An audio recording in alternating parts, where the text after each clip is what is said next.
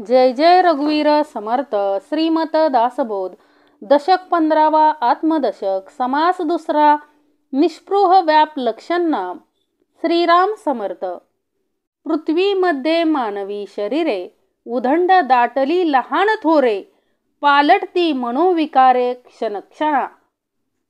श्रीराम समर्थ. बघा, दशक 15वा आणलाय आपल्यासाठी समर्थांनी, आत्मदशक.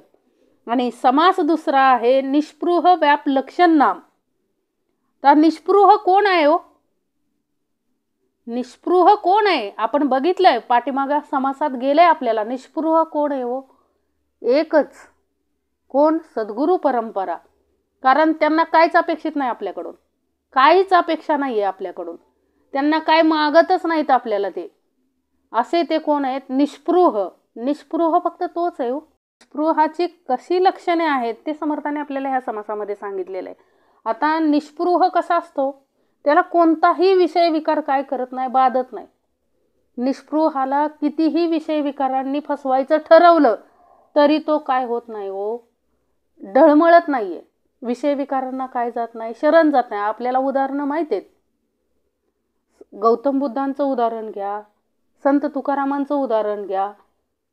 आता गौतम बुद्ध आपल्या आश्रमात होते आतमध्ये, आणि एक स्त्री काय केलं तिनं, त्यांना बघितलं पण नव्हतं. आणि तिला कुटीळ माणसं असतात ना, कुटीळ म्हणजे काय हो? जी लोक अशा संत लोकांच्या काय घेत असतात, परीक्षा घेत असतात. नेहमी त्यांना काय हो, परीक्षा घ्यायची असते. म्हणून कुटिळतेने कुचेष्टेने म्हणा, त्या स्त्रीला काय केलं, त्यांनी पाठवलं तिथं. काय घ्यायची होती त्यांना? गौतम बुद्धांचं काय करायचं होतं? बुद्धांच्या चारित्र्यावर काय करायचे होते त्यांना? शिंतोडे उडवायचे होते. म्हणून त्यांनी काय केलं, एका स्त्रीला तिथं पाठवलं. आणि ते आश्रमाच्या गौतम बुद्ध आतमध्ये होते, एकटेच होते. आणि त्यांनी ती स्त्री गेली आणि तिनं काय केलं, कपडे वगैरे अंगावरचे थोडे फाडले आणि मोठमोठ्याने ओरडायला लागले की काय हो, ह्या माणसाने काय केलंय, मला बदनाम केलं. कोणी? म्हणजे गौतम बुद्धांनी. असं त्यांच्या नावाने काय करायला लागली, ओरडायला लागली. मुद्दाम म्हणू, कारण त्यांना काय करायचं होतं, गौतम बुद्धांच्या चारित्र्यावर काय करायचं होतं, शिंतोडे उडवायचे होते. तिचा आवाज ऐकून गौतम बुद्ध देखील काय आले हो, त्या पर्णकुटीच्या बाहेर आले, आश्रमाच्या बाहेर आले. आणि जे कुटीळ लोकांनी तिला पाठवलेलं ती सुद्धा तिथं जमा झाली ना. सगळ्या लोकांना जमा केलं, गावातल्या आसपासच्या सगळ्या लोकांना जमा केलं आणि सगळे धावत आले. संत आता बघा, सामर्थ्यच एवढं असतं त्यांच्या नजरेमध्ये की विषय विकार सुद्धा काय होतात हो, घाबरून पळून जातात. ते सगळे लोक त्यांना ओरडायला लागले, नावं ठेवायला लागले की तुम्ही असेच आहात, तुम्ही तसेच आहात, तुम्ही हे काय केलं. गौतम बुद्ध फक्त काय करत होते हो, संयमाने शांततेने काय करत होते, ऐकून घेत होते. आणि त्यांनी काय सर्वांचं ऐकून घेतल्यानंतर काय म्हटले, त्या स्त्रीकडे एक म्हणजे एक थोडा क्रोधाचा कटाक्ष. त्यांना माहित होतं की हे सगळं खोट आहे. एक असं संतांची नजर, विषय विकार सुद्धा काय करतात हो, घाबरून पळून जातात. लक्षात ठेवा. एक कटाक्ष टाकला आणि एका कटाक्षात त्यांनी काय सांगितलं की ही स्त्री काय आहे, या स्त्रीला आणि मला फक्त माहिती आहे काय घडलंय ते. एवढ्या शांततेने ते बोलले, एवढी धारधार वाणी होती ती. ते शब्द ऐकून ती स्त्रीच्या अंतरीचे काय झाले हो, घाबरले हो, विषय विकार घाबरले. तात्काळ तिनं जे शब्द त्यांचे जे ऐकले की त्या स्त्रीला माहित आहे, म्हणले काय घडलंय ते. तुम्ही कोणी काय करू नका, गोंधळ करू नका. तिला माहित आहे काय खरं आहे काय खोटं आहे, तिला आणि मला माहित आहे काय खरं आहे काय खोटं आहे. एवढा शब्द ऐकल्यानंतर धडकी भरली हो विषय विकारांना. तात्काळ ती स्त्री काय केलं हो, चरण पकडले आणि म्हटले माफ करा, यात यांचा काही दोष नाही. मला काही लोकांनी लोभ दिला, म्हणजे काय पैसे दिले असतील, आणि मला काय करायला सांगितलं, हे नाटक करायला सांगितलं, ह्यांच्या चारित्र्यावर शिंतोडे त्यांना उडवायचे होते. मला माफ करा, हे तसे नाही आहेत, हे खूप श्रेष्ठ आहेत आणि मीच पापी आहे म्हटले की अशा संतांवर काय घेतला, आरोप केला.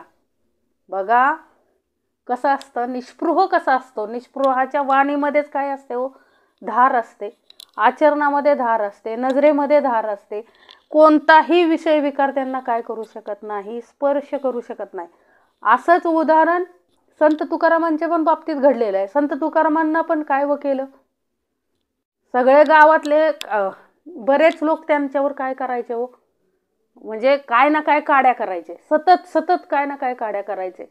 आणि एक दिवस त्यांनी काय केलं, एक वेश्येलाच काय, मंजुळा नावाची वेश्या होती, तिलाच काय केलं, तुकाराम महाराजांना बाटव म्हटले, जा.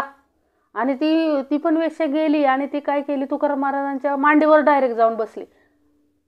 संत तुकाराम महाराज कशात होते हो, नामस्मरणामध्ये होते अखंड. आणि त्यांना जाणवलं की कोणतरी आपल्या मांडीवर बसलंय. त्यांनी बघितलं तर मंजुळा होती. त्यांना ओळखलं आणि ते काय म्हटले हो, बऱ्याच दिवसांनी तू मुलीला काय झाली, माहेरची आठवण झाली, वडिलांची आठवण झाली, म्हणून तू डायरेक्ट मांडीवर येऊन बसलीस. मुलगी म्हणून काय केलं, तिचा सन्मानच केला हो. मुलगी म्हणून त्यांनी काय केलं, मानलं. त्या क्षणी तिच्या अंतरीचे विषय विकार काय झाले हो, गर्भगळीत झाले. त्यांना घाम फुटला. तात्काळ काय केले हो, चरण पकडले. तोपर्यंत सगळी लोक जमा झालती ना, त्यांनी काय केलेलं, त्यांनीच पाठवलं होतं ना तिला. आणि गंमत बघायसाठी लगेच आलते पाठीमागून, सगळं गाव जमा झालेलं.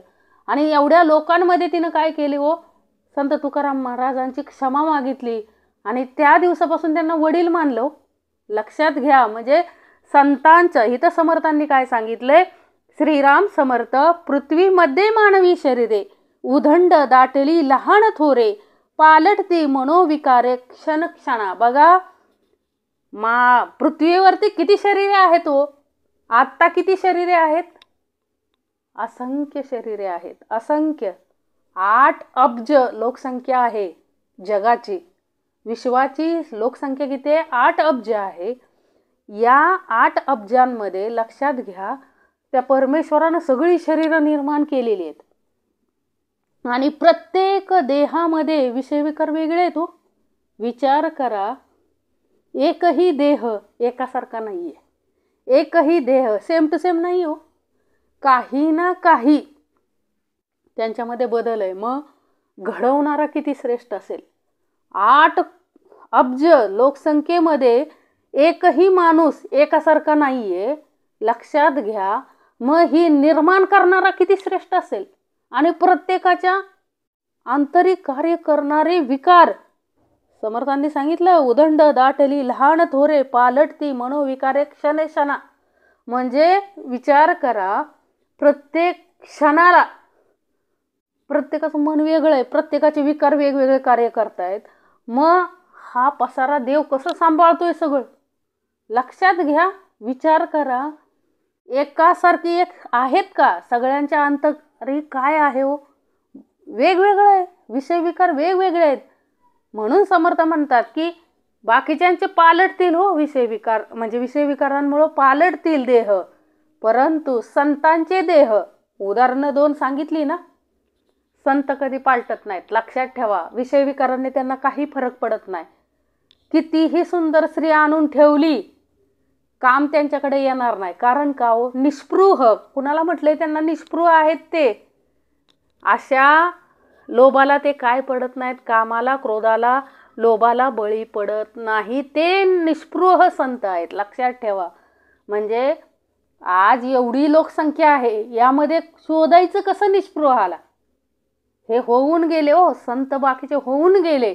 निष्पृह एवढ्या कलियुगात शोधायचं कसं, तर त्याला काय पाहिजे हो, समर्थ म्हटले की दूरदृष्टी पाहिजे. आपल्याच जवळ आहेत ते. अहो, ज्यांनी अखंड आपलं काय केलं हो, आयुष्य गुप्तपणे कार्य केलं हो संतांनी. आयुष्य आपलं परमार्थासाठी घालवलं, इतरांच्या काय आपल्यासाठीच घालवलं ना. इतरांचं म्हणजे कोण, आपण. आपलं स्वहित व्हावं म्हणून अखंड कार्य केलं. या कलियुगामध्ये विषय विकारांवरती कुणी बोलत नाही हो जास्त. प्रत्येकाला काय पाहिजे, आपण देवासमोर आता ही 9 दिवस आपण करतोय प्रार्थना, उपवास करतात अखंड. सगळीकडे काय चाललंय हो, परमार्थ चाललाय ना, देवी बसल्यात ना. समर्थ म्हटले उत्तमाचं करावं हो, उत्तमाचं करा, अट्टहास करू नका हो.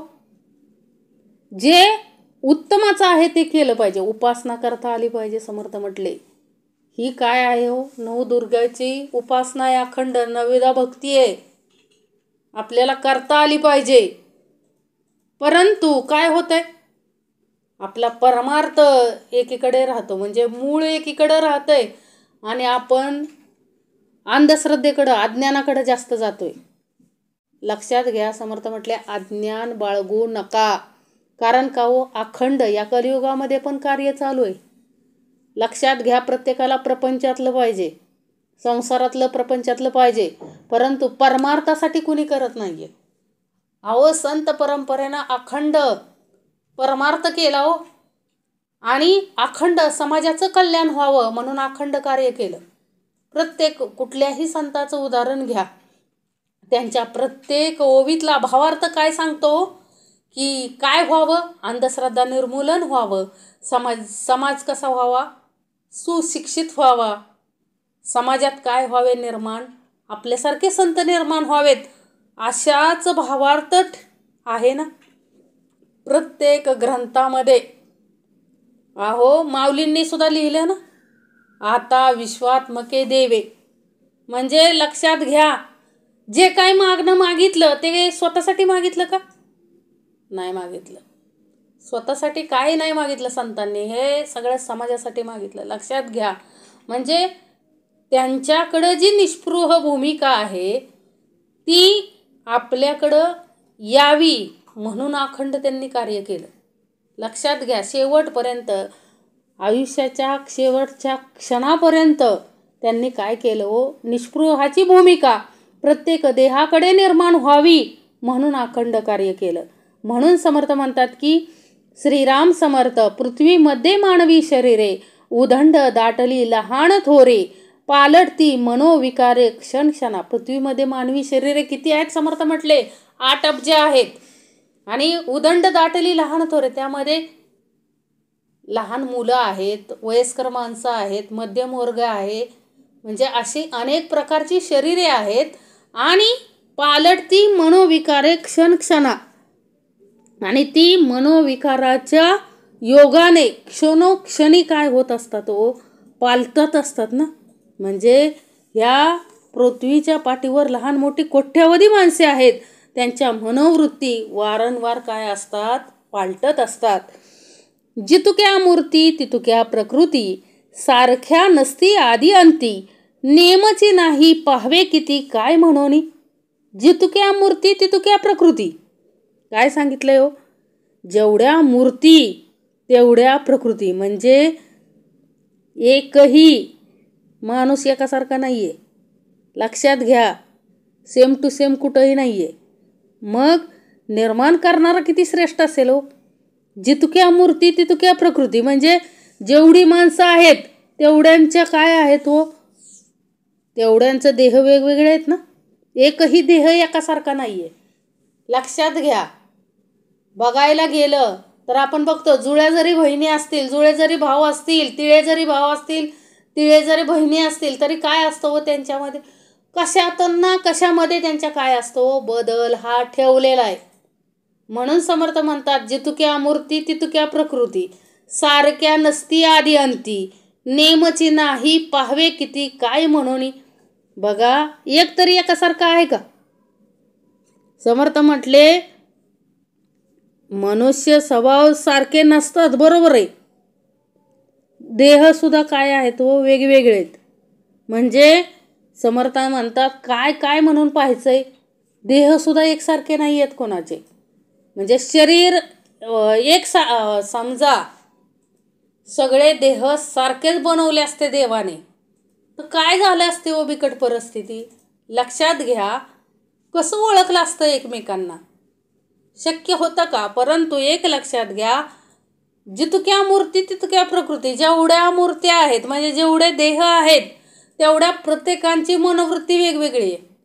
एकाची एकसारखी आहे का मनोवृत्ती? शरीर तर वेगळे आहेतच. समर्थ म्हटले देवाने निर्माण करतानाच असं निर्माण केलंय, प्रकृतीने निर्माण करतानाच असं निर्माण केलंय की एकही शरीर दुसऱ्या शरीरासारखं नाहीये, काहीतरी भिन्नता आहेच. मग तसंच त्यांच्या विचारांमध्ये सुद्धा बदल आहे तो समर्थ म्हटले. क्षणाला म्हणजे एखाद्याच्या मनात काय आहे दुसऱ्याच्या मनात काय असेल सांगता येत नाही. म्हणजे समर्थ म्हटले ही लोक काय करतात, म्हणजे क्षणाला काय करतात व पालटतात. म्हणजे लक्षात घ्या, या जितक्या मूर्ती तुतक्या प्रकृती, सारख्या नसती आदी अंती, नेमच नाही पाहवे किती काय म्हणून. नेमच नाही समर्थ म्हटले, काय नाही, नेमच नाही, मग पाहवे किती काय म्हणून. म्हणजे कुणाचे स्वभाव सारखे नाहीत, कुणाच्या मूर्ती सारख्या नाहीयेत. कित्येक म्लेंच होऊन गेले, कित्येक फिरंगणात आटले, देश भाषाने रुदले किती एक. कित्येक म्लेंच होऊन गेले, समर्थ म्हटले की कित्येक म्लेंच धर्म म्हणजे कित्येक म्लेंच होऊन गेले, कित्येक फिरंगणात आटले, देश भाषाने रुदले कित्येक. समर्थांना इथं काय सांगायचंय, काय हो, कित्येक लोकांनी काय केले हो, धर्म बदलले ना त्या काळात. म्हणजे दुसऱ्याचा धर्म स्वीकारून आपल्या धर्मामधून काय पडले हो, लोक बाहेर पडले. कित्येक वाटून पोर्तुगीज मुलकात, म्हणजे कित्येकांनी काय केलं हो, पोर्तुगीज ज्यावेळेस आलते आपल्या भारतामध्ये त्यावेळेस कित्येकांनी काय केले, स्वतःचा धर्म बदलून तिकडेच राहायला गेली ना बरेचसे लोक. म्हणजे कित्येक भिन्न भिन्न देशभाषांनी निरनिराळ्या प्रांतात शक्ती एकवटून कार्य करायला अडचण झाली आहे. या सर्व अडचणीमुळे कार्यक्षेत्र संकुचित झाले. म्हणून कुणी काय केलं, कुणी ब्लेंच झालं, कुणी फिरंगी झालं आणि प्रांताच्या भाषा भिन्नत्वामुळे एकमेकांचे मनोगत एकमेकांना कळण्यास काय होते, अडचण पडते ना. कित्येक जणांना अडचणी आल्या हो, भाषा समजत नव्हत्या ना एकमेकांच्या, त्यामुळं कित्येक जणांना काय आल्या, अडचणी आल्या. महाराष्ट्र देश थोडा उरला, राजकारणे लोक रुधिला, अवकाश नाही जेवायला उदंड कामे. महाराष्ट्र देश थोडा उरला, इथं काय सांगितलंय समर्थांनी बघा, महाराष्ट्र देश आता काय अगोदरच थोडा काय झालाय उरलेला, त्यावेळेच सांगतायत समर्थ. महाराष्ट्र देश अगोदरच काय आहे, थोडा उरलेला होता आणि लोक काय होते, सगळे राजकारणात गुंतून पडलेले होते आणि त्यांच्या मागे इतकी कामे, म्हणजे कामाची इतकी गर्दी की ती काय करू लागले हो, की त्यांना जेवायलाही काय मिळत नव्हता, वेळ मिळत नव्हता, एवढी त्यांच्याकडे काय होती, कामं होती. म्हणजे समर्थांना काय सांगायचंय, तो त्यावेळेस जे कार्यभाग होता तो खूप कठीण होता, लक्षात घ्या. म्हणजे समर्थांना काय सांगायचंय की त्यावेळेस एवढे लोक राजकारणात अडकले होते की त्यांना जेवायला सुद्धा काय नव्हती हो, फुरसत नव्हती. कित्येक युद्ध प्रसंगी गुंतले, तेने गुणे उन्मंत झाले, रात्रंदिवस करू लागले युद्ध चर्चा. कित्येक युद्ध प्रसंगी गुंतले, कित्येक जण काय हो, युद्धांच्या म्हणजे युद्ध करण्यासाठी काय करत होते, उपाययोजना करण्यासाठी गुंतून पडलेले ना.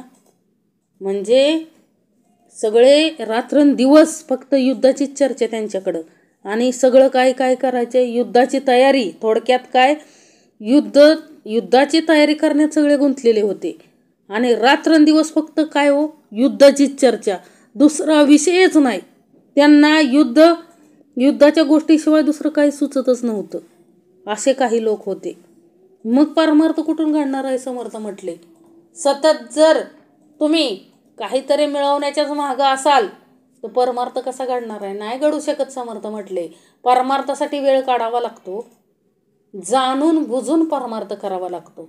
परमार्थ एवढा सोपा नाही. प्रपंच संसार होतो, सहज होतो. कुणाला करायची कोंबडी स्वतःची 21 पिल्लं सांभाळते, कधी रडत नाही, पडत नाही.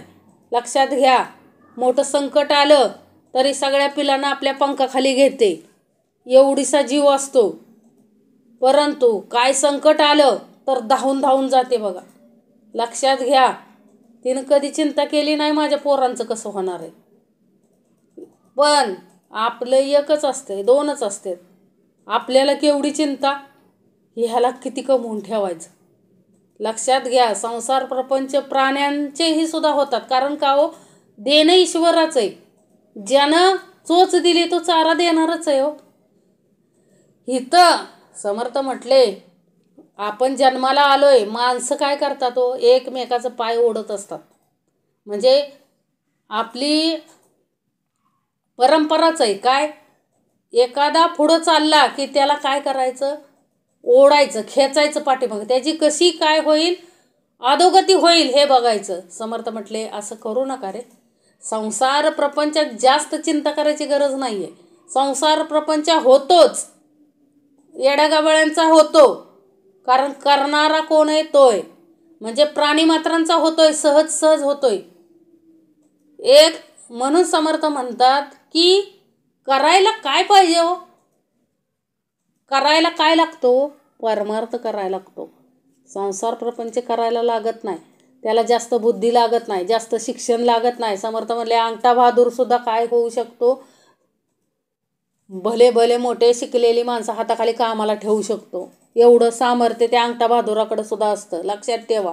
कोणतंही आर्थिक पाठबळ नसेल तरी देखील तो काय करतो, खूप श्रीमंत बनतो. अशी खूप उदाहरणं आहेत की ज्याला लिहिता वाचता पण येत नाही, अंगठा लावतो ती व्यक्ती, तो व्यक्तीकडं काय असतात, भरपूर पैसे असतात आणि भरपूर त्यानं काय असतात, मोठी मोठी लोक हाताखाली कामाला ठेवलेले असतात. समर्थ म्हटले असं काही नाही आहे. संसार प्रपंच करण्यासाठी जास्त शिकलेलंच असावं, जास्त त्याला नॉलेजच असावं असं नाही आहे. समर्थ म्हटले सहज होतो, संसार प्रपंच सहज होतो.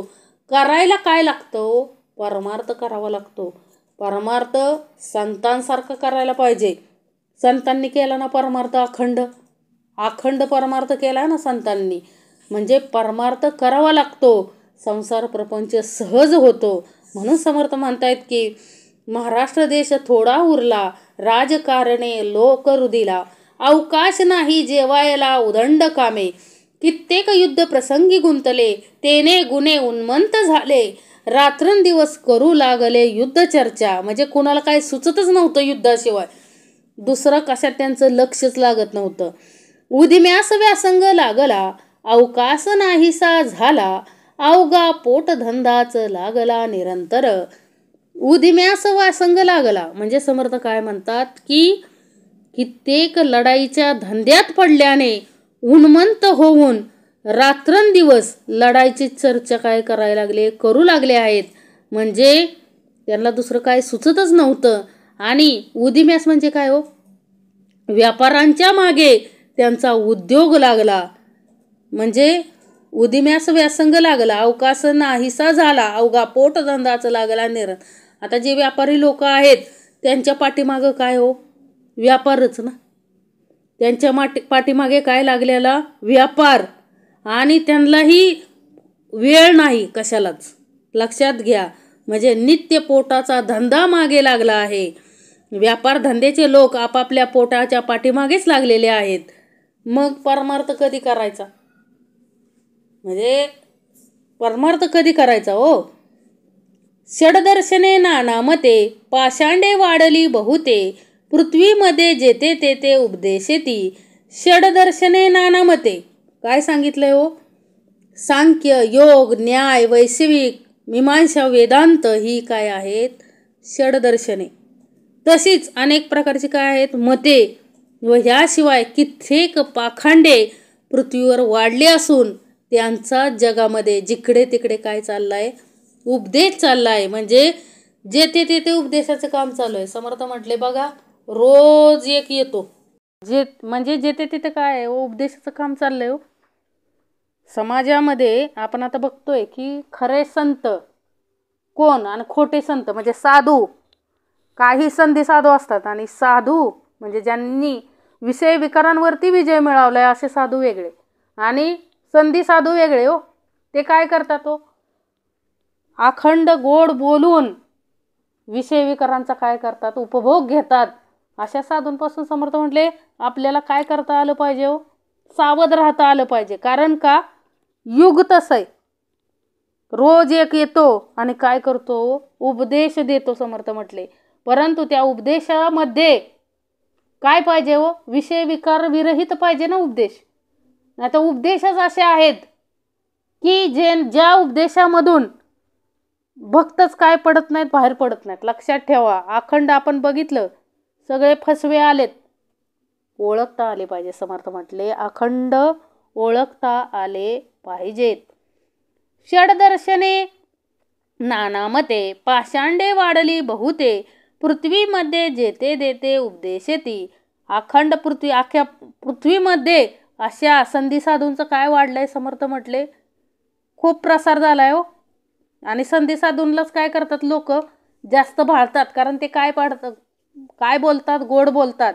गोड बोलून आपल्या जाळ्यात सगळ्यांना अडकवतात आणि नंतर आपलं खरं रूप दाखवतात. समर्थ म्हटले म्हणून असल्या संधी साधूपासून आपल्याला सावध राहता आलं पाहिजे. आणि सावध करायला कोण आले हो, समर्थ आलेत. अखंड एक लक्षात घ्यायचं, ज्या देहाकडं कोणतीही अपेक्षा नाही आहे आपल्याकडून, म्हणजे आपल्याकडून कोणतीही अपेक्षा नाही, असेच काय आहे तो फक्त संत आहेत, असेच फक्त निष्पृह आहेत. ज्या लोकांना आपल्याकडून काही अपेक्षा नसते, अखंड ते देतच असतात आपल्याला देतात, आपल्याकडून काही घेत नाहीत आणि कोणाकडून काहीच अपेक्षा ठेवत नाहीत. समाजाचं कल्याण व्हावं एवढीच अपेक्षा असते हो त्यांची. प्रत्येक जीवाचं कल्याण व्हावं एवढीच अपेक्षा असते. म्हणून अशा लोकांना ओळखता आलं पाहिजे. समर्थ म्हटले स्मार्ती आणि वैष्णवी उरली सुरली नेली आगवी, ऐसी पाहता गता गोवी उदंड झाली. समर्थ म्हटले जिकडं तिकडं माझा देव श्रेष्ठ, माझा धर्म श्रेष्ठ, माझी जात श्रेष्ठ, हाच चाललंय ना, हेच चाललंय ना समाजामध्ये. मी श्रेष्ठ, मी श्रेष्ठ, प्रत्येकाला वाटतं मी श्रेष्ठ आहे.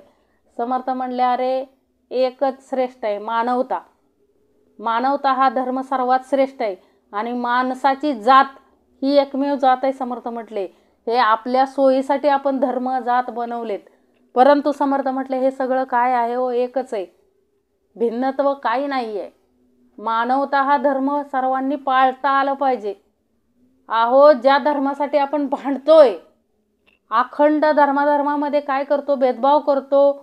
अखंड आपल्या धर्मासाठी आपण काय करत असतो, लढत असतो सतत. समर्थ म्हटले अरे पण खरा मूळ उद्देश त्याचा राहूनच जातोय ना. कुठल्याही धर्मात वाईट शिकवण नाहीये, कुठलाही धर्म कनिष्ठ नाहीये, कुठलाही धर्म श्रेष्ठ नाहीये. समर्थ म्हटले सगळे समान आहेत, फक्त प्रत्येकामध्ये एका धर्माची उत्पत्ती झाली पाहिजे. कुठल्या? समर्थ म्हटले मानवता या धर्माची काय झाली पाहिजे हो, उत्पत्ती झाली पाहिजे. कारण का हो, एखादा देह तरपडतोय रस्त्याच्या कडेला, पाणी देता आलं पाहिजे हो, पाणी देता आलं पाहिजे. परंतु आपण काय झालोय आता हो, निष्ठुर झालो. आपल्याकडं मानवता, मग कसला आपला धर्म श्रेष्ठ आहे, कुठला नाहीये आपला धर्म कुठला श्रेष्ठ आहे. आपण कुठल्या धर्माचे आहोत हे फार महत्त्वाचं नाही. समर्थ म्हटले तुझ्याकडं मानवता किती आहे हे फार महत्त्वाचं आहे. मानवता हे खरं काय आहे हो.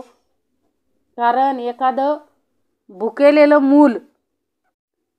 मूल समोर बसलंय आणि आपण खुशाल काय करतोय हो, श्रीमंताच्या पोरांना खाऊ वाटत बसलोय.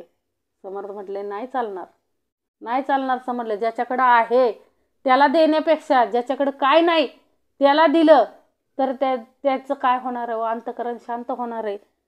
म्हणून समर्थ म्हटले की काय करायचंय. समर्थ म्हटले स्मार्ती आणि वैष्णवी उरली सुरली नेली आगवी, ऐसी पाहता गता गोवी उदंड झाले. प्रत्येकजण म्हणजे एकच देव नाहीये ना, प्रत्येकाकडे वेगवेगळे आहेत. म्हणजे ह्यातूनही समर्थ म्हटले सगळं काय बदलच आहे ना.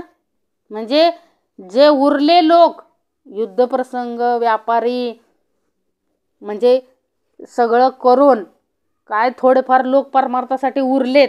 म्हणजे समर्थाने इथं काय सांगायचंय, काही लोक राजकारणात गुंतलेत, काही लोक व्यापारामध्ये गुंतलेत, कोण उद्योगधंद्यात गुंतले आणि काही उरलेत ते पण काय करतायत, भेदाभेद करतायत ना. मी वैष्णव, तू म्हणजे शिवभक्त, मी वैष्णव. म्हणजे धर्मामध्ये काय करतात, एकाच धर्मामध्ये वेगवेगळे देव मानणारे भरपूर आहेत. म्हणजे समर्थाने इथं काय सांगायचंय, भेदाभेद करतात ना, म्हणजे उरले सुरले ते सुद्धा काय करतात, गुंडाळून घेतले ना एकमेकांना भेदाभेद करून. म्हणजे पुष्कळच काय उडालाय हो, गोंधळ उडलाय सर्वत्र. काय माजलाय, गोंधळ माजलाय ना. म्हणजे उरले सुरले ते लोक सुद्धा पारमार्थ कुणी करत नाही, फक्त माझा धर्म श्रेष्ठ, माझी जात श्रेष्ठ. समर्थ म्हटले अरे हो हो, थोडी मानवता तरी असू दे, मानवता हा धर्म सर्वात श्रेष्ठ आहे, आणि तुझी जात कुठली आहे तर मनुष्य ही जात आहे. म्हणजे समर्थांना इथं काय सांगायचंय की जेवढे उरले सुरलेत ते सुद्धा काय केलेत, आपलाच पगडा मांडण्यात काय झालेत, गुंतलेत. म्हणून काय होतंय, मुख्य उद्देश काय होतोय हो, बाजूला राहतोय. म्हणजे परमार्थ बाजूला राहतोय, आणि ह्यांचा वेगळाच काय चाललाय हो, उपद्व्याप चाललाय ना. कित्येक कामनेचे भक्त ठाई ठाई झाले आसक्त, युक्त अथवा अयुक्त पाहतो कोण.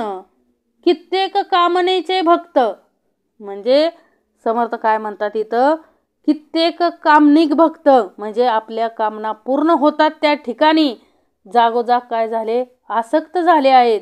योग्य किंवा अयोग्य ह्याचा विचार करतो कोण, म्हणजे कित्येक कामना करून केवळ सकाम वृत्ती आचरित आहेत. म्हणजे योगायोग्य तारतम्य पाहतं कोण, म्हणजे योग्य अयोग्य कोण पाहतंय, म्हणजे योग्य अयोग्य ह्याचा विचार कोण करतंय. प्रत्येक जण आपल्या कामना पूर्ण होण्यासाठी देवाकडे जातात ना, प्रत्येक जण घ्या. कित्येक कामनेचे भक्त ठाई ठाई झाले आसक्त, म्हणजे आसक्त कशासाठी आहेत, फक्त काहीतरी मिळावं. आपण देवळात मंदिरात 9 दिवस उपास धरलेत, 9 दिवस उपास धरलेत. समर्थ म्हटले अरे या 9 दिवसात काय करतोय, ह्याची उणी काढ त्याची उणी काढ, कमी पडलं खायला की काय करतोय, सगळ्या घरात गोंधळ करतोय. समर्थ म्हटले कुणी एवढं सांगितलंय, एवढा अट्टहास कुणी सांगितलाय. खरा भक्त कसा असतो, ज्याला परमेश्वराच्या भक्तीशिवाय दुसरं काय सुचत नाही. उपवास कशाचा धरायचा आहे, समर्थ म्हणले अखंड. म्हणून पहिली ओवी दिली ना, पृथ्वीमध्ये मानवी शरीर उदंड दाटिली लहान थोरे पालटती मनोविकारे क्षण क्षणा. आपलं जे मनोविकार आहे ते पालटू द्यायचं नाही. समर्थ म्हटले 9 दिवसाचा उपवास करा अगर न करा. समर्थ त्याच्याबद्दल आपल्याला काय बोललेले नाही आहेत, परंतु या 9 दिवसामध्ये आपल्याला काय करता आलं पाहिजे हो, अखंड त्या परमेश्वराचं ध्यान तरी करता आलं पाहिजे हो. आपलं ध्यान कशावर, ज्याचं त्याचं अंतरी ज्यानं त्यानं पाहावं. जे उपवास करतात एवढ्या अट्टहासानं त्याने आपापलं अंतर शोधून पाहावं की आपला अट्टहास काय हो, मला काय खायला मिळेल याच्यासाठी अट्टहास. समर्थ म्हटले नाही रे, जिच्यासाठी उपवास धरलाय तिला कळवून घेता आलं पाहिजे, त्या उपासनेची उपासना करता आली पाहिजे हो. 9 दिवस नवविधा भक्ती कळली पाहिजे आपल्याला. काय आहे नवविधा भक्ती, श्रवण कीर्तन विष्णुस्मरण पादसेवन अर्चन वंदन दास्य सख्य आणि आत्मनिवेदन. आपण डायरेक्ट मागायलाच जातो देवाला, मी 9 दिवस उपवास धरलेत मला हे पाहिजे, मी एवढं करतोय तुझं मला हे पाहिजे. म्हणजे आसक्त झालेत भक्त, काय झालेत आसक्त. म्हणजे कामना धरून आपण परमार्थ करतोय.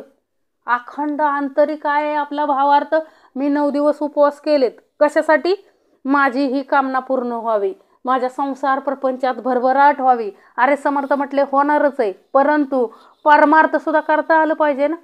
परमार्थाची मागणी आहे का कुणाची, संतांसारखं परमेश्वर भेटावा म्हणून कोणी उपवास धरलाय का हो या 9 दिवसात की मला देवी भेटावी, याच्यासाठी कोणी अट्टहास केलाय का, की नाही काही करून मला देवीचं दर्शन झालं पाहिजे, असं कोणी अट्टहास केलाय का हो.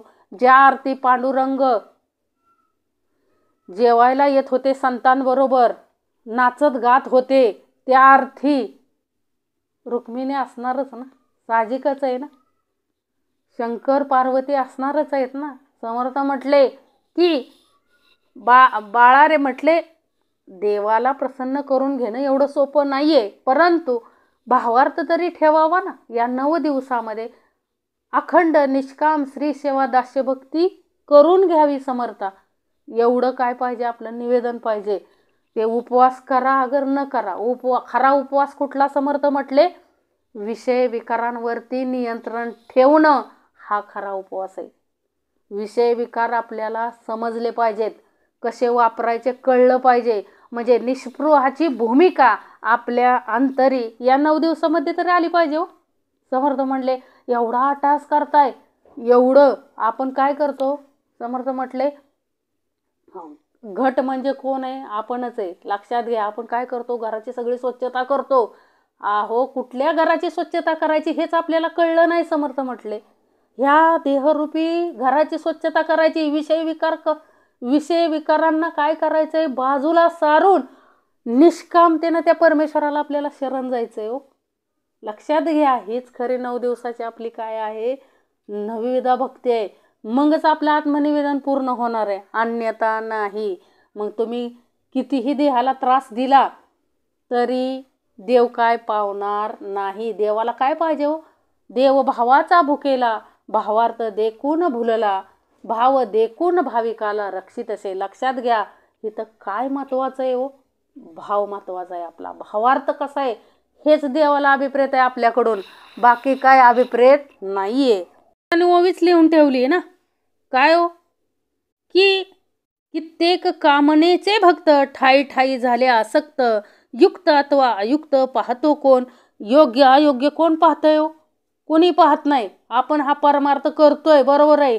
9 दिवस खूप अट्टहास करतोय, परंतु आपण सगळं आसक्तीनं करतोय. निष्कामतेनं कोण करतंय का?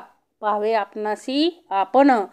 या गलबल्यामध्ये गलबला कोणी कोणी वाढविला, त्यास देखो सकेनासा झाला वैदिक लोक.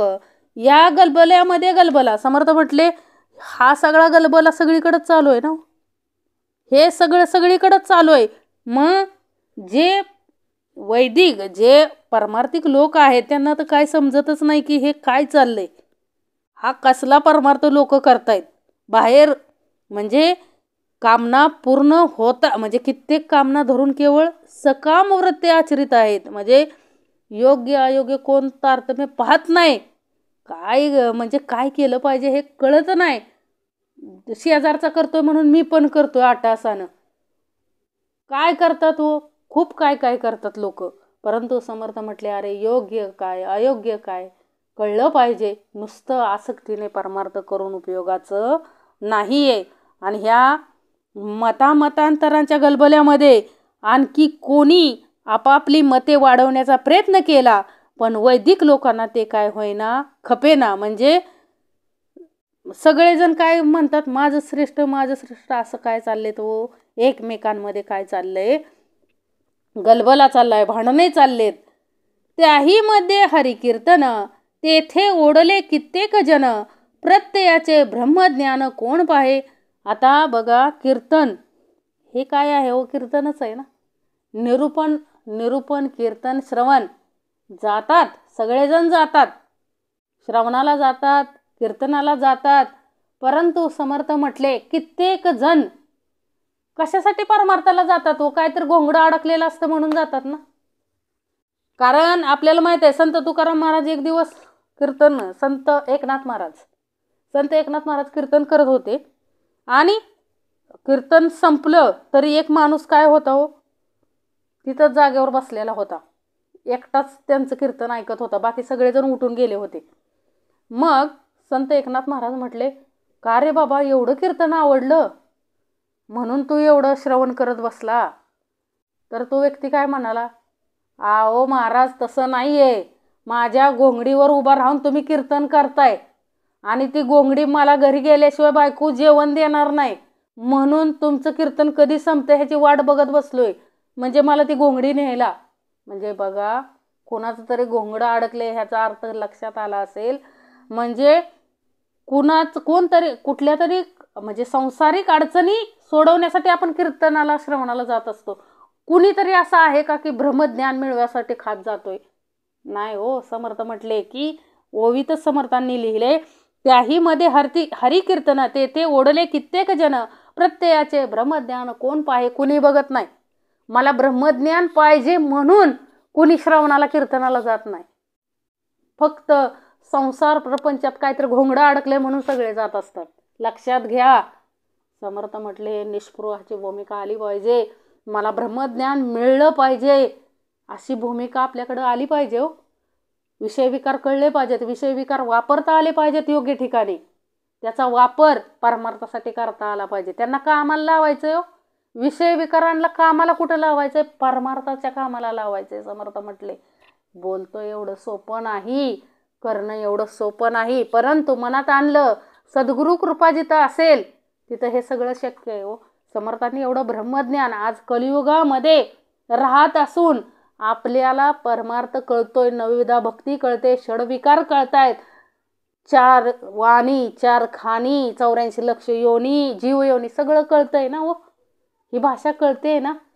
कळते म्हणजे समर्थ म्हटले आपल्याला कळवून दिलं, अगोदर समर्थांनी शिकवलं, फुकटमध्ये शिकवलं, परंतु आपण माझं लग्न होत नाही म्हणून आपण परमार्थ करत होतो, मला मुलं होत नाही म्हणून करत होतो, मला बंगला पाहिजे, मला गाडी पाहिजे, मला ऐश्वर्य, आता सगळं झालं, मुलांची लग्न व्हायला पाहिजेत, मुलांची लग्न झाली की त्याला मुलं व्हायला पाहिजेत, म्हणजे सतत आपल्या मागण्या काय आहेत तो वाढतच चालल्यात.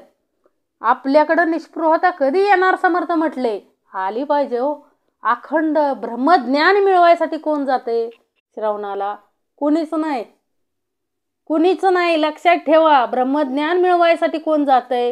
एवढे 9 दिवसाचे कडक उपवास धरताय, परंतु कुणीतरी निवेदन ठेवलंय का की काय नाही, मला देवीचं दर्शन व्हावं, अंतकरणापासून तिनं मला ज्ञान द्यावं, मला हे सर्व कळावं, अध्यात्म काय आहे ते कळावं, याच्यासाठी कुणी केलाय का अट्टहास? कधी नाही आहे. समर्थ म्हटले अखंड आपण कशासाठी अट्टहास करतोय हो? मला काहीतरी मिळावं, माझ्या संसार प्रपंचामध्ये मला काही कमी पडू नये म्हणून आपण अखंड परमार्थ करतोय. म्हणून समर्थ म्हणतात त्याही मध्ये हरिकीर्तन, तेथे ओढले कित्येक जन, प्रत्ययाचे ब्रह्मज्ञान कोण पाहे, या कारणे ज्ञान दुर्लभ, पुण्य घडे अलभ्य लाभ, विचारवंता सुलभ सकळ काही. समर्थ म्हटले याच्यासाठी ज्ञान खरं तर दुर्लभ आहे हो. ब्रह्मज्ञान हे दुर्लभ आहे आणि पुण्य घडे अलभ्य लाभ हे पुण्याईमुळे मिळतो. हा अलभ्य लाभ आहे ना. ब्रह्मज्ञान कुणाला मिळत नाही, कारण भगवद्गीतेचं श्रवण फक्त झालं कुणाला हो? अर्जुनाला ना. सगळे होते ना, अर्जुनाचे भाव होते, सगळे होते ना तिथं, मोठमोठे थोर व्यक्ती होत्या तिथं, परंतु कुणालाही ते ज्ञान झालं नाही. ते ज्ञान कुणाला झालं हो? पार्थाला दिलं ना, अर्जुनाला दिलं, श्रीकृष्ण नाही अखंड श्रवण दिलं ना. मग बाकीचे तिथं असून सुद्धा त्यांना काय झालं नाही हो? ते श्रवण झालं नाही, कारण ते कशात गुंतले होते? सगळे युद्धात गुंतले होते. युद्धात त्यांचं मन कशात गुंतलं होतं? अखंड युद्धामध्ये गुंतलेलं. परंतु अर्जुनाचं मन मात्र त्या परब्रह्माकडे होतं. लक्षात घ्या, म्हणजे परब्रह्म देतो कुणाला देतो? पात्रता बघूनच देतो ना, पात्र पाहूनच देतो ना. म्हणून इथं काय दिले? या कारणे ज्ञान दुर्लभ, पुण्य घडे अलभ्य लाभ, विचारवंता सुलभ सकळ काही. विचारवंतांना म्हणजे जे लोकांना कळतंय, म्हणजे ज्ञान अत्यंत दुर्लभ झाले आहे, त्याचा अलभ्य लाभ पदरी पुण्याई असेल तरच घडेल. समर्थ म्हटले लक्षात घ्या, ब्रह्मज्ञान अत्यंत दुर्लभ आहे आणि त्याचा अलभ्य लाभ तुमची जर पूर्व पुण्याई असेल तरच तुमचं महदभाग्य म्हणायचं की ब्रह्मज्ञान मला निदान ऐकायला तरी मिळतंय, म्हणजे माझं काहीतरी पूर्व पुण्याई आहे म्हणून मला हे ज्ञान मिळतंय. पण विचारी पुरुषाला सर्व काही काय आहे व सुलभ आहे, म्हणजे थोर पुण्याशिवाय ज्ञानाकडे कुणी पाहत नाही.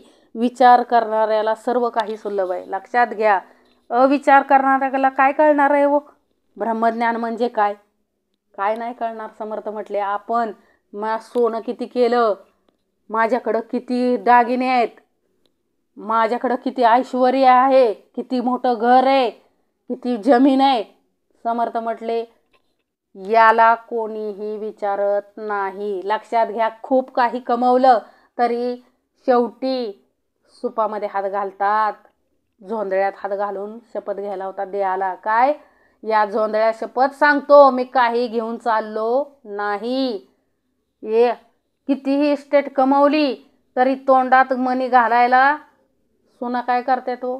सुना लेकी, मुलगा मुलगी असो, सून असो, सगळं कुणीही जवळचं असू द्या, काय करतात, चाचरतात. सोनं एवढीसं सोनं सुद्धा, गुंजभर सोनं द्यायला सुद्धा माणसं काय करतात हो, मागं पुढं पाहतात. मेल्याच्या नंतरचं सांगतोय. मग समर्थ म्हटले, कशासाठी एवढा अट्टहास करायचा आहे? अट्टहास कशाचा केला पाहिजे हो? ब्रह्मज्ञान मिळवायसाठी अट्टहास केला पाहिजे, परमार्थ करण्यासाठी अट्टहास केला पाहिजे.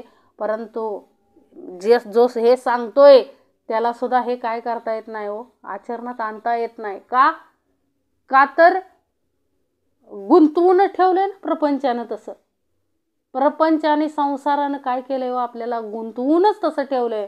म्हणून समर्थ म्हटले, हा आलपे लाभ घडण्यासाठी पूर्वपुण्य असणं फार गरजेचं आहे.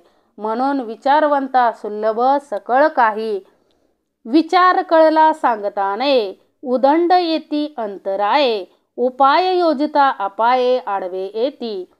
विचार कळला सांगता नये. समर्थ म्हटले, विचार कळतो परंतु काय होत नाही हो, सांगता येत नाही. म्हणजे अनुभव आला तरी तो सांगता येत नाही. म्हणजे पुष्कळ विघ्ने आडवी येतात. उपाय म्हणून करायला जावे तो अपाय होऊन काय होतात, अडचणी येतात. त्याही मध्ये जो तीक्ष्ण, रिकामा जाऊ निदीक्षण, धूर्त तार्किक विचक्षण सकळा माने. त्याही मध्ये जो तीक्ष्ण, त्यामध्ये समर्थ काय म्हणतात, त्याही मध्ये म्हणजे विचार कळला तरी तो सांगता येत नाही.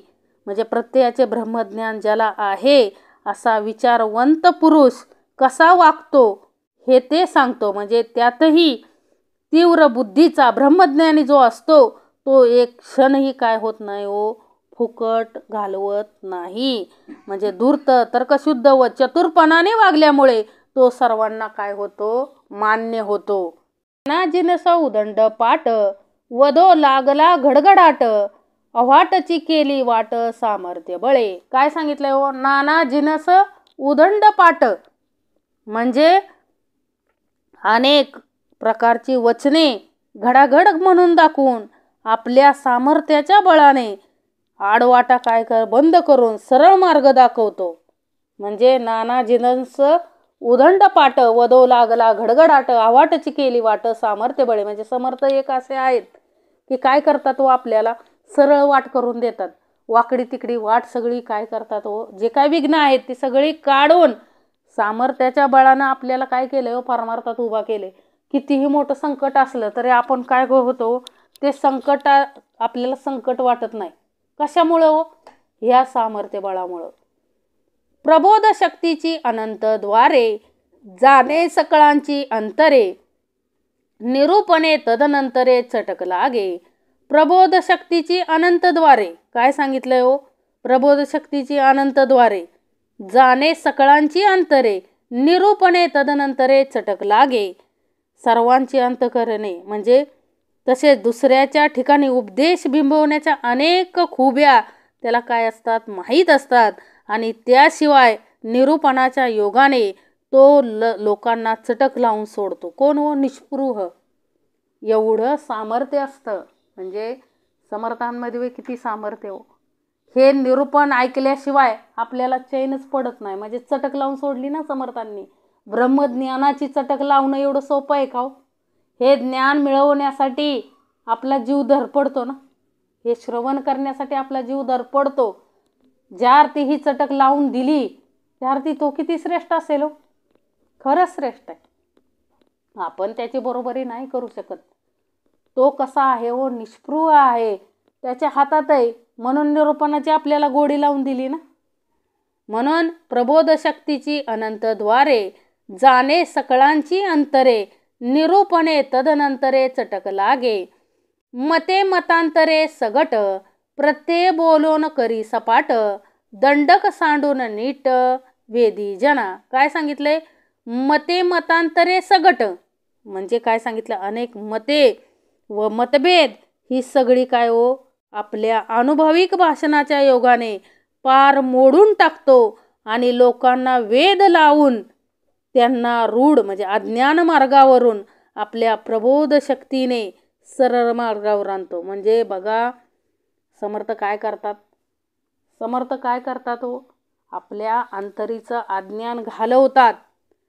ज्या काय आपल्या आडवाटा आहेत त्या काय करतात, बाजूला करतात आणि आपल्याला सरळ मार्गावर आणतात. म्हणजे बघा समर्थांचं सामर्थ्य किती आहे. निरूपण, अक्षरशः या निरूपणाने अनेक लोकांचे संसार काय झाले हो, सरळ झाले. लक्षात घ्या. अनेक काही लोक तर काय हो, व्यसनामध्ये अडकलेली होती, अज्ञानात अडकलेली होती. अशा लोकांपर्यंत जाऊन पोचणं सोपं नव्हतं. दऱ्या खोऱ्यात आहो चांगल्या माणसाला सांगणं योग्य आहे, बरोबर आहे. परंतु जी लोक आपल्यासारख्या लोकांना जवळच येऊन देत नाहीत, अशा लोकांमध्ये जाऊन त्यांच्यातलं अज्ञान काढून त्यांना हातात ग्रंथ, म्हणजे शिकलेले पण नव्हते. ज्या वेळेस दासबोध ग्रंथाचं निरूपण नानासाहेब धर्माधिकारी यांनी कुठं दिलं, डायरेक्ट कुठं, दऱ्याखोऱ्यातनी दिलं.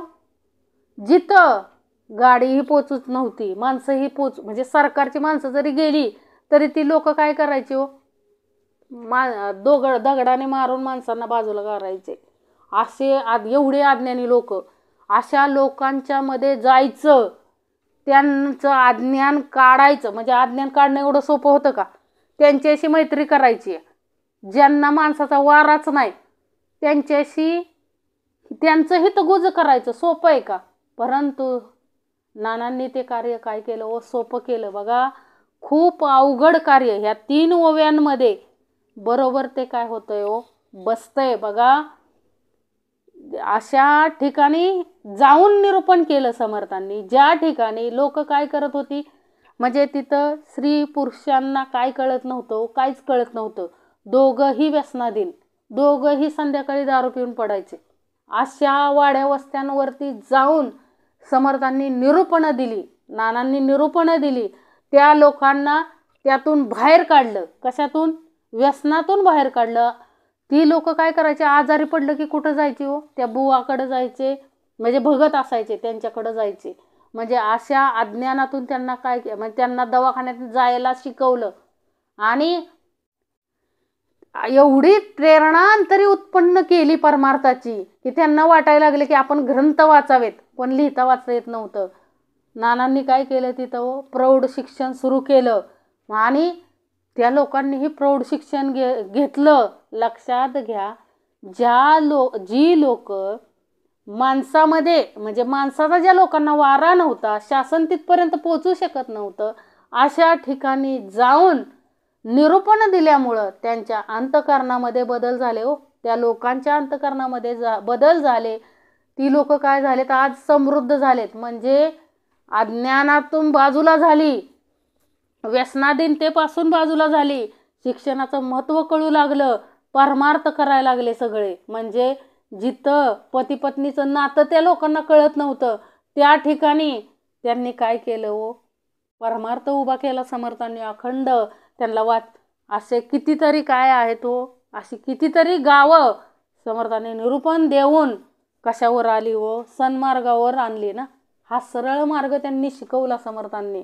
नानांनी सरळ मार्ग त्या लोकांना शिकवला. वाकडा तिकडा अज्ञानाचा जो मार्ग होता त्यातून बाजूला काढून त्यांना काय शिकवला हो, सरळ मार्ग शिकवला. म्हणजे प्रबोध इथं ह्या जे 3 ओव्या दिल्यात, कुठल्या हो, नाना जिनस उदंड पाट, वधो लागला घडघडाट, अवाटची केली वाट सामर्थ्य बळे. स्वतःच्या सामर्थ्यानं सगळ्या वाटा पार करून तिथं सरळ मार्ग काय केला हो, निर्माण केला. कशाचा? परमार्थाचा. प्रबोध शक्तीची अनंत द्वारे, जाणे सकळांची अंतरे, निरूपणे तदनंतरे चटक लागे. म्हणजे मते मतांतरे सगट, प्रत्यय बोलोनी करी सपाट, दंडक सांडून नीट वेदी जना. लक्षात घ्या, किती अवघड कार्य होतं, म्हणजे किती अवघड रस्ता होता, तो काय केला हो, सरळ करून दिला. कशाद्वारे? फक्त स्वतःच्या वाणीद्वारे, स्वतःच्या निरूपणाद्वारे. म्हणजे हे सामर्थ्य आहे चळवळीचे, जो करील तयाचे, परंतु ते अधिष्ठान पाहिजे भगवंताचे. खूप अवघड कार्य सोपं करणारी फक्त कोण आहे हो, सद्गुरु परंपरा. नेमके भेदके वचने, अखंड पाहे प्रसंग माने, उदास वृत्तीच्या गुमाने उठून जातो. म्हणजे नेमके भेदके वचने अखंड पाहे प्रसंग माने. काय हो, नित्य प्रसंगमान काय केलं, पाहून प्रसंगाला योग्य असे मार्मिक भाषण करून व लोकांना वेध लावून उदास वृत्तीच्या डौलात उठून निघून. म्हणजे लोकांना हे कार्य केलं गुप्तपणे आणि काय केलं व तिथून बाजूला झाले ना. म्हणजे लोकांना फक्त सन्मार्गाला लावलं, उत्तमाच्या मार्गाला लावलं आणि तिथून निघून आले ना, का तिथंच राहिले नाही. समर्थ म्हटले तिथून काय आले, निघून आले. त्यांना कळूनही दिलं नाही की हे कार्य कसं झालं. लक्षात घ्या. प्रत्यय बोलून उठवून गेला, चटक लागली लोकाला, नाना मार्ग सांडून त्याला शरण येती. म्हणजे बघा, सगळ्या अनुभवाचे बोलून, म्हणजे सगळ्यांना पटल असं बोलून उठून गेला. म्हणजे लोकांना त्याची चटक लागून राहते. दुसरे अनेक मार्ग सोडून लोक त्यालाच काय येतात हो, शरण येतात. म्हणजे बघा, निरूपण जिथं उत्तमाचा असेल तर तिथं काय लागते हो, लोकांना चटक लागते आणि तो पुन्हा काय येतो, श्रवणाला येतो. परी तो कोठे आढळेना, कोणे स्थळी सापडेना, वेश पाहता ही नदीना सारिका दिसे. परी तो कोठे आढळेना म्हणजे कोण आढळेना हो, निष्पृह. संत कुठे आढळत नाहीत. बघायला गेलं तर लोक त्यांना शोधतात पण ते कुठं आढळत नाहीत. कोणत्याच जागी काय होत नाहीत, सापडत नाहीत. ते एका स्थळी काय होत नाहीत, राहत नाहीत. वेश पाहायला गेलं तर दिनदुबळ्यासारखा दिसतो. म्हणजे वेश बघायला गेलो एखाद्या संताचा तर काय असतं, असं वाटतं की ते खूप गरीब आहेत, म्हणजे दीनदुबळ्यासारखे वेश असतो. परंतु अंतरी काय असतात हो, नाना चातुर्याच्या कळा, सामर्थ्य असतं या अंतरी. एवढं सामर्थ्य की कितीही अज्ञानात अडकलेल्या व्यक्तीला काय करतो, तो सरळ करतो. म्हणजे सन्मार्गाला आणतो. उदंड करी गुप्त रूपे, भिकाऱ्या सारिका स्वरूपे, तेथे यश कीर्ती प्रतापे सीमा सांडिली. उदंड करी गुप्त रूपे, जे काय कार्य आहे ते सगळं कार्य कसं करत असतो, समर्थ कसं करतात, गुप्त रूपे. म्हणजे लक्षात घ्या, गुप्त रूपाने राहून अनेक मोठमोठाली काम करतात. पण बाह्य स्वरूप पाहिले तर कसं असतं, वेश बावळा व दरिद्री. म्हणजे वेश कसा असतो, बावळा, साधा सुद्धा वेश असतो.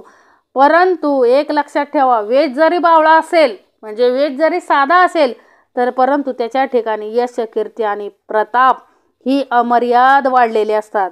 अशा पुरुषाला यश कीर्ती प्रताप शोधित येतात. लक्षात ठेवा. म्हणजे तो जरी वेश असला, म्हणजे समर्थ म्हणतात ना, वेश असावा बावळा परी अंतरी नाना चातुर्याच्या कळा. या अशाच नाना चातुर्याच्या कळा कोणाच्या अंतरी असतात, निष्पृहाच्या अंतरी असतात.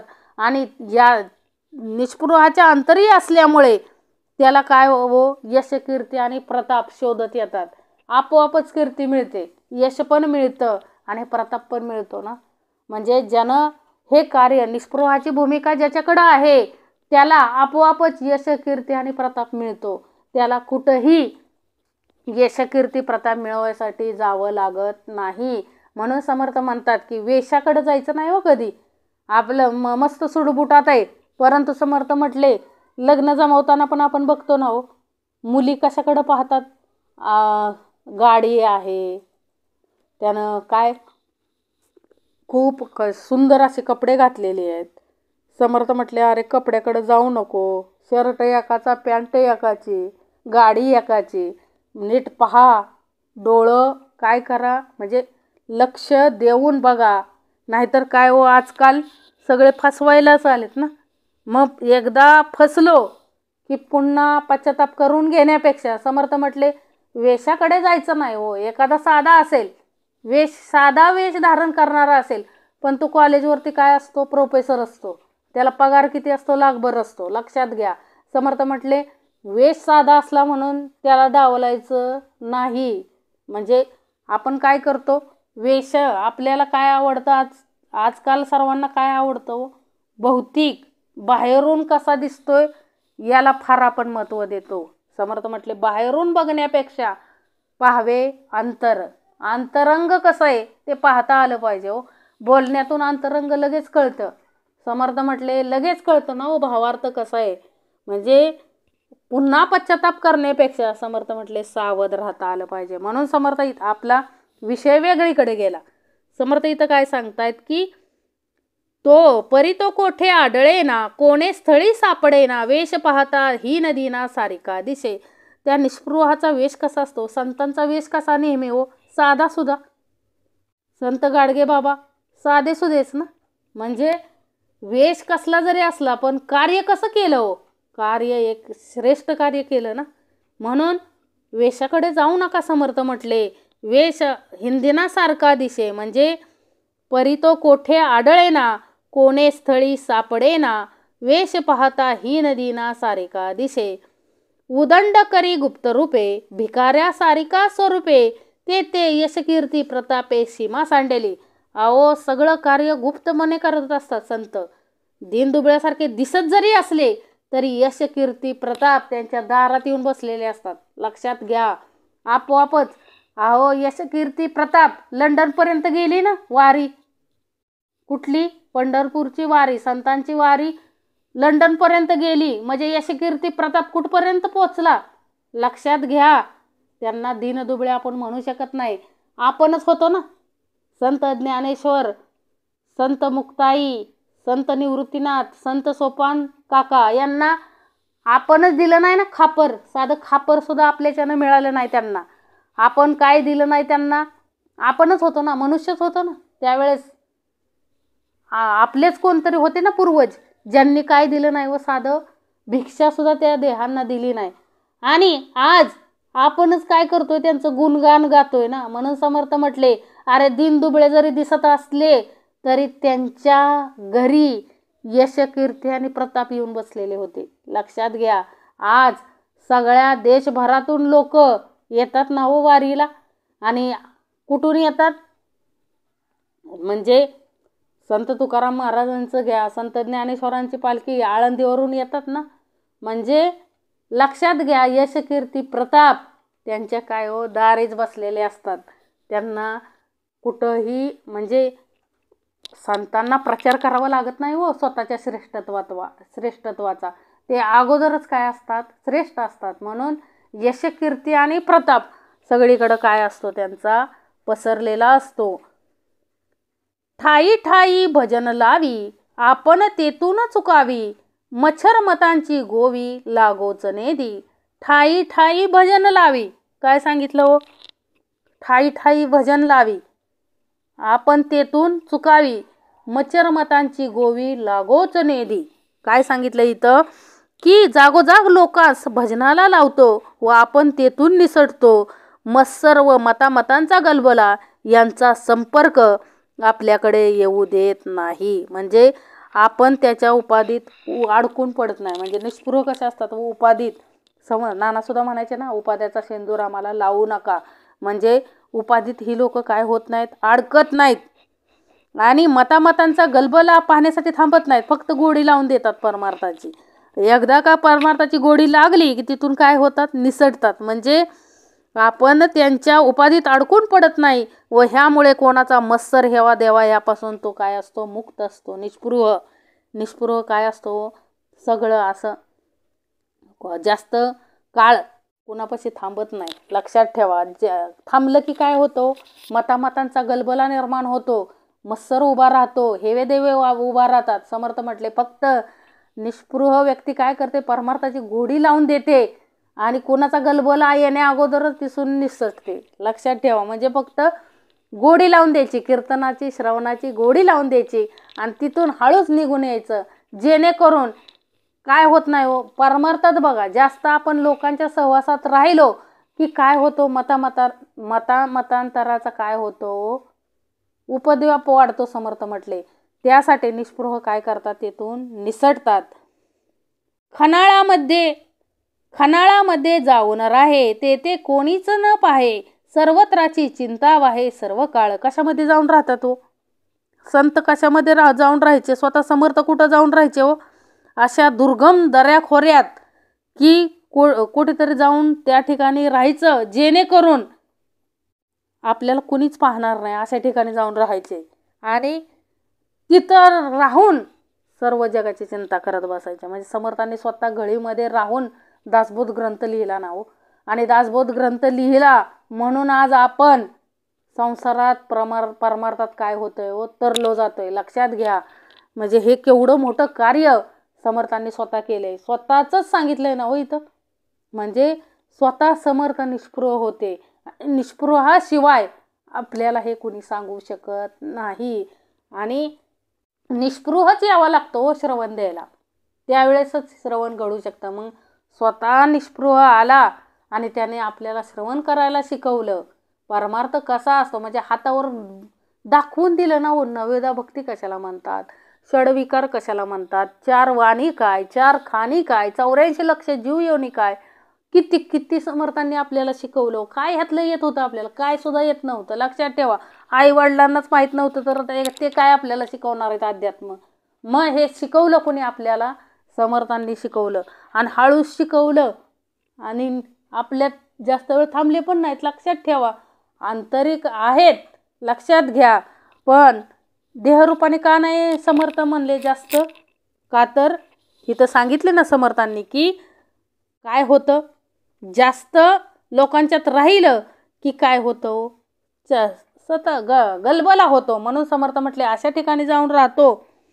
म्हणून समर्थ अखंड कुठं राहायचे हो, शिवतरघडीत राहायचे ना. आणि जिथं कुणीच त्यांना पाहू शकत नव्हतं. आणि अखंड विश्वाची सर्वत्राची चिंता वाहे सर्व काळ, अखंड विश्वाची चिंता व्हायचे. अवघड स्थळी कठीण लोक, ते राहणे नेमक, सृष्टीमध्ये सकळ लोक धुंडीत येती. अवघड स्थळी कठीण लोक कुठं राहायचे, अवघड स्थळी म्हणजे बिकट स्थळी वाडदांड लोकांमध्ये बहुत करून त्यांचे राहणे असायचे. त्या ठिकाणी जगातले सारे लोक त्यांना काय यायचे, धुंडीत यायचे. म्हणजे लोकांना जाण्या येण्याला कठीण अशा अवघड स्थळी तो राहतो ना सद्गुरू. व अशा पुरुषा वाचून आपला उद्धार करायला कोणीही समर्थ नाही, असा स्वसामर्थ्याचा चटका लोकांना लावल्यामुळे लोक त्याला काय येतात, धुंडीत जातात ना, शोधत येतात ना हो. आपण पण सतत जातो ना, पण कुठं बसलेत आपल्याला माहिती आहे, अवघड स्थळीच आहे. तिथे जायला थोडं अवघडच आहे ना. मग समर्थ म्हटले अशा ठिकाणी जाऊन बसतो निष्पृह. म्हणजे संत अशा ठिकाणी जाऊन बसतात जिथं जाणं इतरांना काय होऊन जातं, अवघड होऊन जातं. परंतु तोच खरा आहे याचा शोध घेत लोक काय करतात हो, तिथपर्यंत जायची त्यांना काय लागते हो, ओढ लागते. म्हणजे समर्थ म्हटले फक्त ओढ लावून ठेवायची. कशासाठी, परमार्थासाठी. ते कोणाचे चालेना, अणुमात्र अनुमानेना, कट्ट घालून राजकारणा लोक लावी. ते कोणाचे चालेना म्हणजे त्याच्या पुढे कोणाचेही चालत नाही, त्याचे कोणाला काहीच अनुमान होत नाही. तो एकोपा करून राजकारणाकडे लोकांना लावतो. म्हणजे तो सर्वांचे ऐक्य करून कट घालून लोकांना राजकारणाला लावतो. लक्षात घ्या. म्हणजे निष्पृह कसा आहे हो, राजकारण कोणाशी करायचे. समर्थ म्हटले अखंड आपल्या अंतरी राजकारणच चाललंय हो. विषय विकारांचं काय चाललंय, राजकारणच चाललंय. मग लोक काय सांगितलंय, तेथे कोणाचे चालेना, अणुमात्र अनुमाने, कट्ट घालून राजकारणाला लोक लावे. राजकारण लोकांना शिकवलं आणि मग राजकारण करायला लावलं. लक्षात घ्या. म्हणजे हे कोण करू शकतं, फक्त निष्पृह. निष्पृह कोण आहे हो, सद्गुरू परंपरा. ते कोणाचे चालेना, अणुमात्र अनुमानेना, कट्ट घालून राजकारणाला लोक लावी. लोकी लोक वाढविले, तेने अमर्याद झाले, भूमंडळी सत्ता चाले गुप्त रूपे. लोकी लोक वाढविले, काय सांगितलं हो, लोकी लोक वाढविले, तेने अमर्याद झाले, काय झाले, भूमंडळी सत्ता चाले गुप्त रूपे. लोकी लोक वाढवले म्हणजे काय सांगितलंय, लोकी लोक वाढवले म्हणजे माणसाने माणूस वाढल्यामुळे त्याच्या अनुयांची संख्या अमर्याद होते आणि तिच्या द्वाराने त्याची सत्ता गुप्तपणाने सर्व जगभर चालते. म्हणजे शिष्याने शिष्य असा अपाट समुदाय निर्माण होतो ना. म्हणजे समर्थ म्हटले की काय सांगितलं इथं, लोकी लोक वाढविले, तेने अमर्याद झाले, भूमंडळी सत्ता चाले गुप्त रूपे. परमार्थ एकमेकाच्या नादाने वाढत जातो आणि असा एवढा वाढतो परमार्थ की जगभरात परमार्थ वाढतो आणि एक प्रकारे त्याची सत्ता चालते ना हो. म्हणजे कुणाची सत्ता चालते हो? सत्याची सत्ता चालते. लक्षात घ्या. समर्थाने इथं काय सांगायचं, जे आपल्याला अनुकूल आहे अशाची सत्ता चालते जगामध्ये. कशामुळं? एका सद्गुरूंमुळे हे काय सगळं कार्य चालतंय ना हो. एकमेकांमुळे सगळे परमार्थाला लागतात आणि असं जगभरामध्ये सगळा परमार्थ चाललाय ना. म्हणजे समर्थांना इथं काय सांगायचंय की एक प्रकारे सत्ताच आहे ना हो. कुणाची सत्ता आहे ही? परब्रह्माची. त्याची सत्ता ठेवली ना त्यानं. समर्थांना तेच सांगायचंय, परमार्थाच्या रूपानं सर्व जगभरामध्ये गुप्त रूपाने त्याची सत्ता चालू आहे. ठाई ठाई उदंड तांबे ताबे, मनुष्य मात्र तितुके झोंबे, चहूकडे उदंड लांबे लांबे परमार्थ बुद्धी. काय सांगितलंय की जागोजाग त्याचा शिष्य समुदाय पुष्कळ असतो. त्याची मंडळी पसरलेली असतात. सारी माणसे त्याच्या मार्गाकडे वेधून येतात आणि चहूकडे परमार्थ बुद्धी खूप पैलावत जाते. म्हणजे समर्थांना इथं काय सांगायचंय, गुप्त रूपाने त्याची सत्ता म्हणजे काय हो? परमार्थाची सत्ता सगळीकडे चालली हो. गुप्त रूपाने परमार्थ सगळीकडे चाललाय आणि लोक ओढू ओढू येत आहेत तिथं. लक्षात घ्या. म्हणजे परमार्थ काय करतायत, थोर थोर मंडळी तिथं काय करतायत हो, सगळ्यांमध्ये परमार्थाची बुद्धी निर्माण होऊन एकमेकाच्या नादानं सर्वजण काय लागलेत, गुप्त रूपाने परमार्थाला लागलेत. लक्षात घ्या. म्हणजे हे कार्य कोणाचं आहे? समर्थांचंच आहे ना. अखंड श्रवणाची चटक लावून दिली आणि सगळेजण जोडले गेले. तो सगळे म्हणजे जेवढे श्रवण करतायत, कोणत्या ना कोणत्या रूपाने श्रवण करतायत, समर्थ म्हणले हे कार्य समर्थांनी काय केलंय, चालू ठेवलंय ना हो. हे किती जण ऐकतायत, बरोबर ना. म्हणजे परमार्थ बुद्धी प्रत्येकामध्ये काय होते, निर्माण म्हणजे फैलावत चालली आहे ना. परमार्थ बुद्धी समर्थ म्हटले सगळीकडे फैलावत चालली. उपासनेचा गजर स्थळोस्थळी थोर थोर, प्रत्ययाने प्राणी मात्र सोडविले. काय सांगितलंय, जागोजाग लोकांकडून समर्थ काय करून घेतायत, उपासना करून घेतायत आणि अनुभवाच्या मार्गाने सर्व लोकांना अनेक बंधनापासून ते काय करतायत, मोकळं करतायत. म्हणजे प्रत्ययाच्या ज्ञानबळावर लोकांना विविध बंधापासून काय करतायत, मुक्त करतायत. म्हणून काय सांगितलंय पुढं, उपासनेचा गजर स्थळोस्थळी थोर थोर, प्रत्ययाने प्राणी मात्र सोडवले. म्हणजे उपासना करायला शिकवली ना सर्वांना आणि त्या उपासनेच्या योगानं सर्वांना काय केलं हो, सर्व मनुष्य मात्रांना काय केलं, सोडवलं ना. सोडवलं.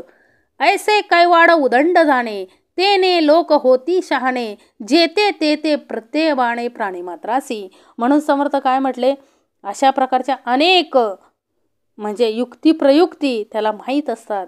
त्याच्या योगाने अनेक लोक शहाणे होतात आणि प्राणी मात्रास पदोपदी अनुभव बांधतो. म्हणजे असे अनेक प्रकार करून लोकांना तो शहाणे करतो. प्रत्ययाने पाहणारे व वागणारे हजारो लोक तो जागोजागी तयार करतो. लक्षात घ्या. या परमार्थाचे सरी कोणास द्यावी. म्हणजे समर्थ म्हटले हा व्याप किती निष्पृह व्याप लक्षण नाम आहे ना. समर्थ म्हटले हा परमार्थाचा व्याप त्या निष्पृहानं किती वाढवलाय. कलियुगात कोण निष्पृह आलंय जन्माला ह्या कलियुगामध्ये, लक्षात आलं पाहिजे. हा परमार्थ गुप्त रूपाने कुठपर्यंत पसरलाय हो, ज्याला सीमाच नाही अशापर्यंत तो पोहोचलाय. आणि प्रत्येकाच्या अंतःकरणामध्ये परमार्थ बुद्धी निर्माण केली. म्हणजे तो परमार्थ बुद्धी निर्माण करणारा खरंच निष्पृह आहे ना. तोच एक निष्पृह आहे ज्यानं प्रत्येकाच्या अंतःकरणामध्ये परमार्थ बुद्धी निर्माण केली. उपासनेला सगळे जन लावले आणि प्रत्येकाचे प्रश्न त्याने सोडवले आणि सगळं जग परमार्थाला लावले हो. या कलियुगामध्ये अशक्य कार्य त्यानं शक्य करून दाखवले. आता तरी ओळख घ्यायला शिकलं पाहिजे हो. आता तरी ओळख घेता आली पाहिजे. आता तरी ओळख घेता आली पाहिजे. कारण असं करणं कोणाचंही काम नाही. समर्थ म्हटले हे फक्त निष्पृहच करू शकतो. हे सगळं कार्य एक निष्पृहच करू शकतो आणि त्याने हे कार्य चालवले केले आपल्या डोळ्या देखत. म्हणून त्याला शरण जाता आलं पाहिजे. ऐसे कैवाड उदंड जाणे, तेने लोक होती शहाणे, जेते तेथे प्रत्यय बाणे प्राणी मात्रासी. ऐसी कीर्ती करून जावे, तरीच संसारास यावे, दास म्हणे हे स्वभावे, संकेते बोलिले.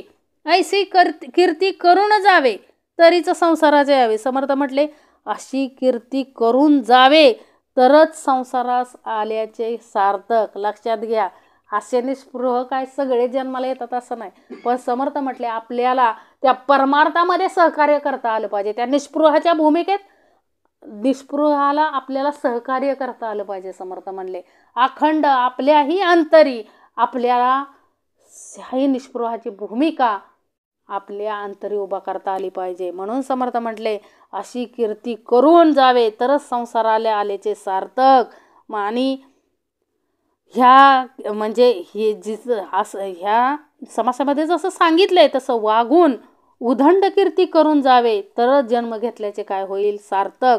म्हणून काय म्हणतात की मी हे काय जे सांगितले ते काय सांगितले थोडक्यात सांगितले. समर्थ म्हणतात निस्पृह व्याप लक्षण नाम, निस्पृह व्याप कसं वाढवतात परमार्थाचा हे समर्थाने आपल्याला ह्या समासात सांगितले अखंड. म्हणून आपल्याला निस्पृहाला साथ देता आली पाहिजे. ऐसी कीर्ती करून जावे, तरीच संसारास यावे, दास म्हणे हे स्वभावे, संकेते बोलिले. इति श्री दासबोधे गुरु शिष्य संवादे, निस्पृह व्याप लक्षण नाम समास दुसरा. जय जय रघुवीर समर्थ.